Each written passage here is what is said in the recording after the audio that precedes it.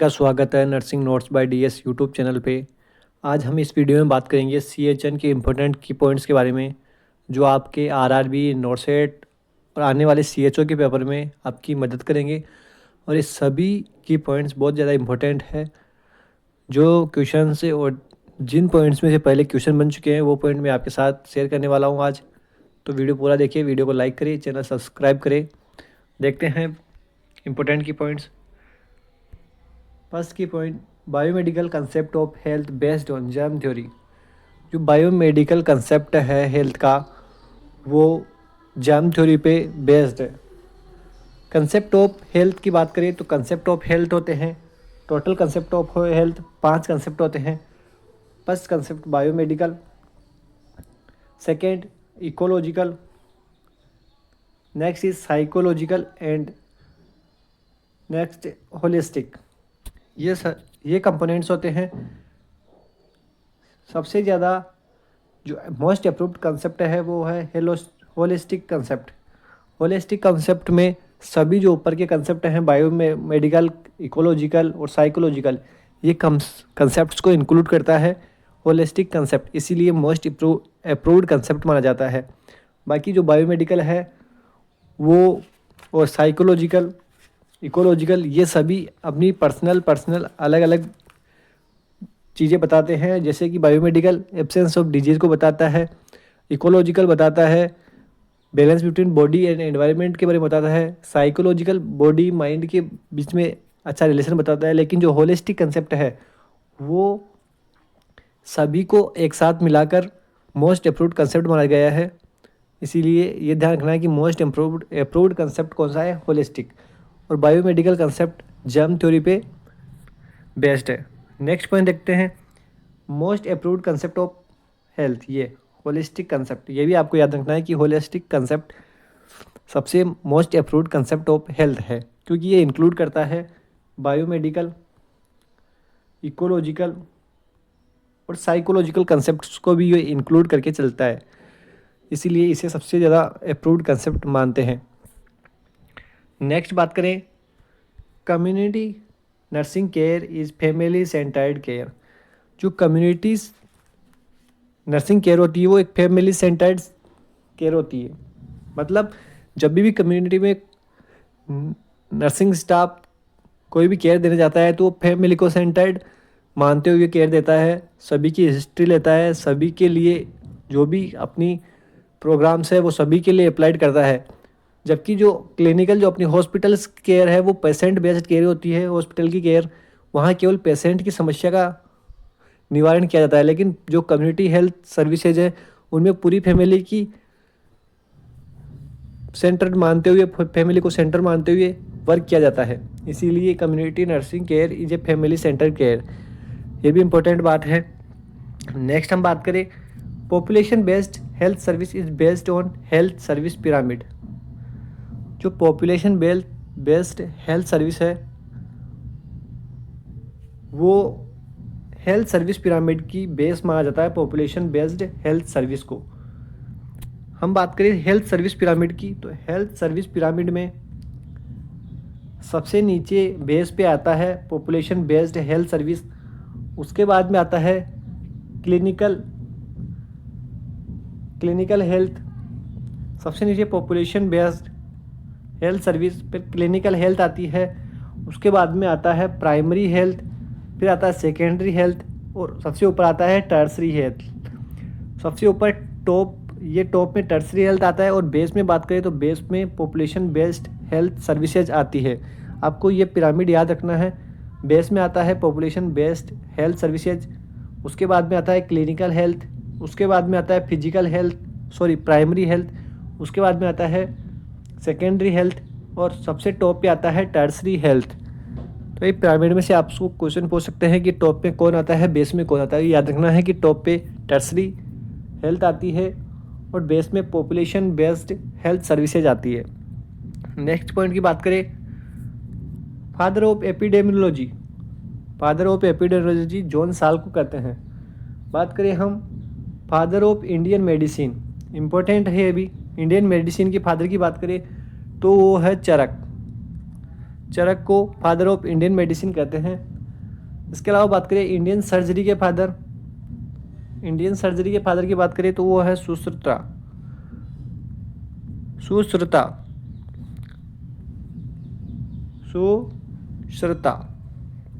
ये Indian surgery के father माने जाते हैं। तो ये भी दोनों पॉइंट इंपॉर्टेंट है। नेक्स्ट पॉइंट की बात करें कॉम्प्रिहेंसिव केयर। जो कॉम्प्रिहेंसिव केयर है वो इंक्लूड करती है प्रिवेंटिव केयर को, प्रमोटिव केयर को, क्यूरेटिव केयर को और रिहेबिलिटेटिव केयर को।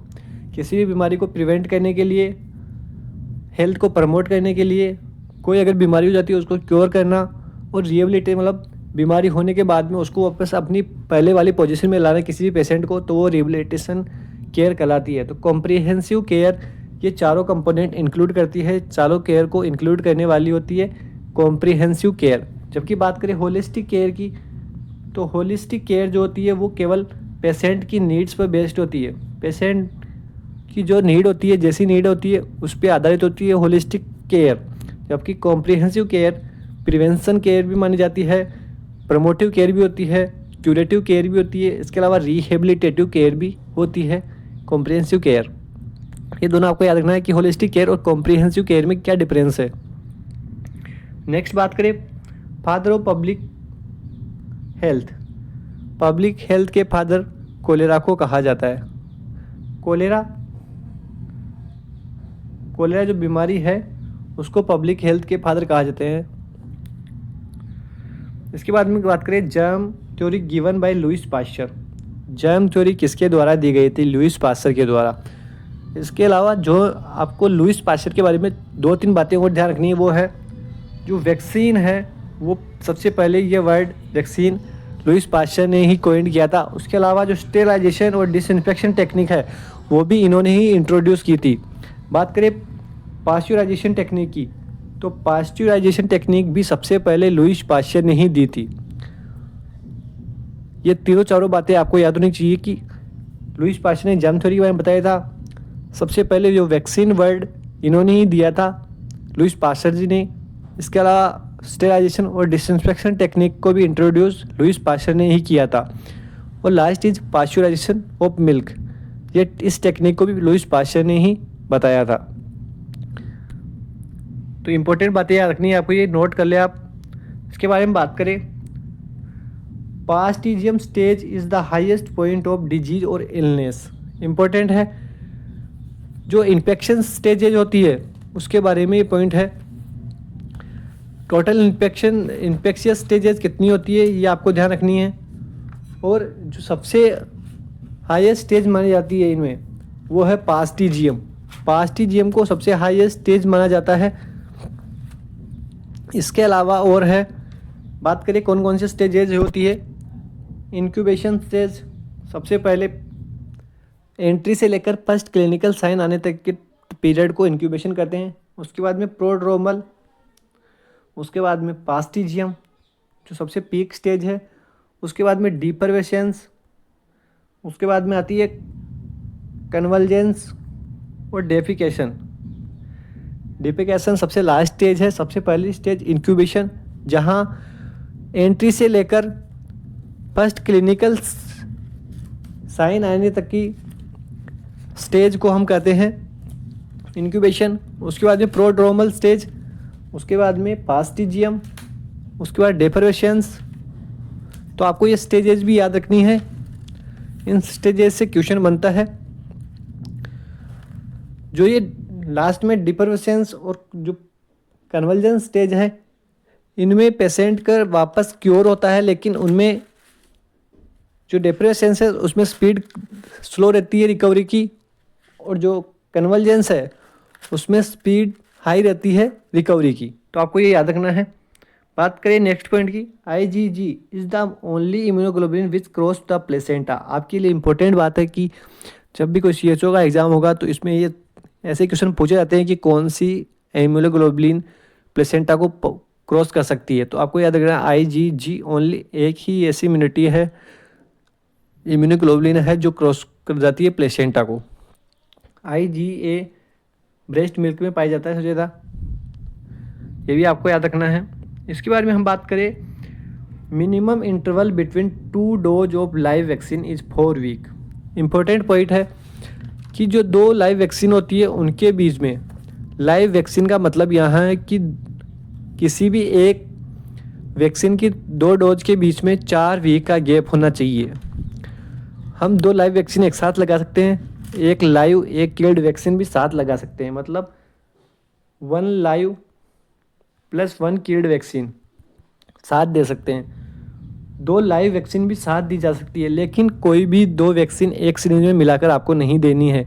इम्पोर्टेंट पॉइंट है ये, इसको याद रखना है कि कोई सी भी 2 वैक्सीन को एक साथ मिलाकर नहीं दिया जाता है। और सबसे इम्पोर्टेंट कि 2 वैक्सीन के बीच में, किसी भी एक वैक्सीन की 2 डोज के बीच में 4 वीक का गैप होना ज़रूरी है। ये भी इम्पोर्टेंट है। ये दोनों बातें आपको याद रखनी है कि 2 वैक्सीन के बीच में कितना गैप होना चाहिए, और 2 वैक्सीन को कभी भी एक सिंगल सिरिंज में नहीं भरना है। दोनों बातें आपको याद रखनी है। नेक्स्ट बात करते हैं VVM, vaccine vial monitor. Very very important point. ये आजकल बहुत ट्रेंडिंग क्वेश्चन है। वैक्सीन वायल मॉनिटर क्या होता है, इसकी फुल फॉर्म, इसमें क्या होता है, कैसे वर्क करता है, तो इसके बारे में हम देखते हैं थोड़ा। जो वैक्सीन वायल मॉनिटर है वो कोल्ड चेन को इंडिकेट करता है, और सबसे पहले इसमें OPV को ऐड किया गया था। OPV में सबसे पहले यूज़ लिया गया था 1996 में। आपको ये नोट कर लेना है, 1996 में सबसे पहले OPV में यूज़ किया गया था। VVM को यूनिवर्सल इम्यूनाइजेशन प्रोग्राम में 1997 को ऐड किया गया था। 1997 में ऐड कर लिया गया था UIP में। इसमें बात करें कि होता क्या है, इसमें 2 सर्कल होते हैं, इनर सर्कल और आउटर सर्कल। इनर सर्कल और आउटर सर्कल, इनर सर्कल का कलर वाइट होता है और आउटर सर्कल का कलर लाइट ब्लू होता है। जो इनर सर्कल होता है उसमें एक हीट सेंसिटिव चिप लगी होती है जो कि अपना कलर चेंज करती है। जब भी वैक्सीन ख़राब हो जाता है तो अपना कलर चेंज कर लेती है। इम्पोर्टेंट बात, आजकल जो इमेज बेस्ड क्वेश्चन आते हैं कि कब इनको यूज़ करना है कब नहीं, तो ये 3 चीज़ें हैं। किसी भी वैक्सीन में ये अगर ये कंडीशन देखने को मिले तो उसको यूज़ करना है या नहीं करना। जब भी इनके सर्कल बाहर से डार्क हो, अंदर से लाइट हो, तो उसे यूज़ कर लेना है। अगर VVM बाहर का सर्कल और अंदर का सर्कल दोनों सेम दिखाई दे रहे हो तो उसको यूज़ नहीं करना है। अगर अंदर का सर्कल डार्क हो, बाहर का सर्कल लाइट हो, तो उस कंडीशन में भी आपको यूज़ नहीं करना है। इन दोनों कंडीशन में आपको यूज़ नहीं करना है। ओनली इस कंडीशन में जब अंदर का सर्कल लाइट और बाहर का सर्कल डार्क हो तभी आपको यूज़ करना है, बाकी आपको डिस्कार्ड कर देना है वैक्सीन को। तो इम्पोर्टेंट है वैक्सीन वायल मॉनिटर। इसकी फुल फॉर्म भी याद रखनी है आपको। ये कब ऐड किया गया, इसमें सबसे पहले कौन सी वैक्सीन को ऐड किया, वो OPV थी 1996 को, और UIP में सबसे पहले 1997 को ऐड किया गया। कितने सर्कल होते हैं, इनर सर्कल का कलर कौन सा होता है, वाइट, बाहर के सर्कल का ब्लू, और एक हीट सेंसिटिव चिप लगी होती है जो अपना कलर चेंज करती है। ये इंपॉर्टेंट बातें आपको याद रखनी है, कब यूज करना है कब नहीं। जब इनर सर्कल या तो लाइट हो और आउटर सर्कल डार्क हो तब यूज़ करना है। इसके अलावा कोई सी भी कंडीशन में आपको इसको यूज़ नहीं करना है। नेक्स्ट पॉइंट देखें, EPI expanded programme of immunisation globally start 1974, accepted in by India 1978। जो EPI था वो इंडिया में 1978 को एक्सेप्ट किया गया था, बाकी ग्लोबली 1974 को ही आ गया था। बात करें EPI और नेक्स्ट जो अगला पॉइंट है UIP यूनिवर्सल इम्यूनाइजेशन प्रोग्राम 1985। इन दोनों EPI और UPI में क्या डिफरेंस है, बात करते हैं EPI और UPI।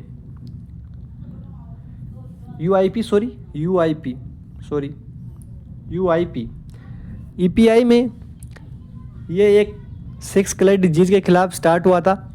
इसका objective to prevent 6 killer disease, वो थी diphtheria, pertussis, tetanus, measles, TB and polio. लेकिन इस कंडीशन में क्या था कि यहाँ मीजल्स का वैक्सीन नहीं था EPI में, और यहाँ एक बीमारी थी मीजल्स, यहाँ मीजल्स का वैक्सीन नहीं होके टाइफाइड का वैक्सीन था, इसीलिए इसको बाद में 1985 में चेंज करके यूआईपी कर दिया गया, जिसमें मीजल्स की वैक्सीन को ऐड किया गया था और टाइफाइड के वैक्सीन को रिमूव किया गया था। इंपॉर्टेंट बात है कि ईपीआई से यूआईपी में चेंज करते टाइम क्या चेंजेज हुए थे। तो मीजल्स वैक्सीन को ऐड किया गया था और टाइफाइड के वैक्सीन को रिमूव किया गया था। ये इंपॉर्टेंट चेंजेस से, बाकी इसका ऑब्जेक्टिव भी वो 6 किलर डिजीज़ को प्रिवेंट करना ही था। दोनों इंपॉर्टेंट, आपको नोट कर लेना ये बातें। लास्ट पॉइंट हम बात करें हेपेटाइटिस बी, सॉरी ये हेपेटाइटिस है, not help. Hepatitis B vaccine 0 dose given within 24 out of birth. जो हेपेटाइटिस वैक्सीन है उसकी 0 डोज को मैक्सिमली 24 घंटे के अंदर अंदर देना होता है। अगर हम बर्थ के टाइम पे ना दे पाए तो 24 घंटे के अंदर अंदर हमें दे देना होता है हेपेटाइटिस बी की 0 डोज को। इम्पोर्टेंट है, ये पूछा जाता है एग्जाम में। बात करें और वैक्सीन, जैसे रोटा वैक्सीन, आईपीवी, इन्फ्लुएंजा, इनको 1 साल के अंदर अंदर दे देना होता है। अगर हम इनको नहीं दे पाते हैं तो बाद में हम 1 साल तक इसको दे सकते हैं। और ओपीवी की 0 डोज की बात करें, ओपीवी की 0 डोज को 15 दिन के अंदर अंदर हमें दे देना होता है। बर्थ से 15 दिन के अंदर अंदर हमें दे देना होता है ओपीवी की 0 डोज को। मीजल्स की बात करें तो वो 5 साल तक की एज तक हम दे सकते हैं। तो ये इंपॉर्टेंट पॉइंट थे। आपको वीडियो अच्छा लगे तो वीडियो को लाइक करें, चैनल को सब्सक्राइब करें। Thank you. ऐसा ही नई वीडियो जल्दी ही आपके लिए फिर आएगा।